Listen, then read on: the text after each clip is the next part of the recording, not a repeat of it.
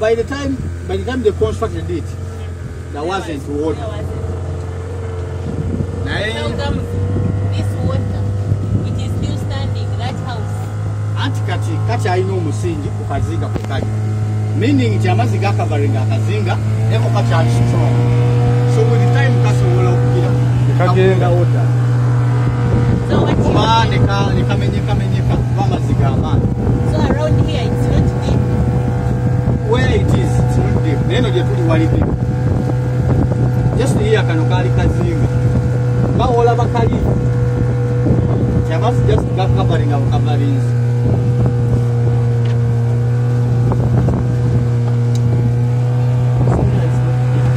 Apart from fishing, what do you Other activities.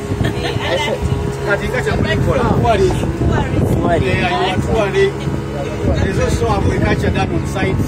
There are some water sports, like you can do kayaking, you can do rafting.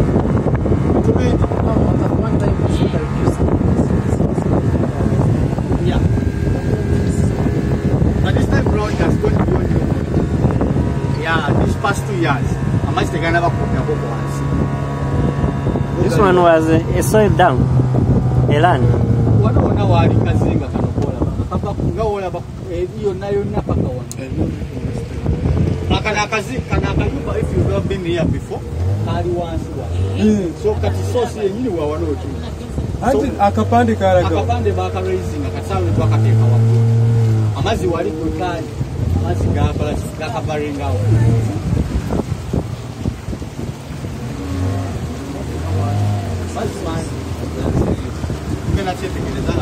Because we are coming out.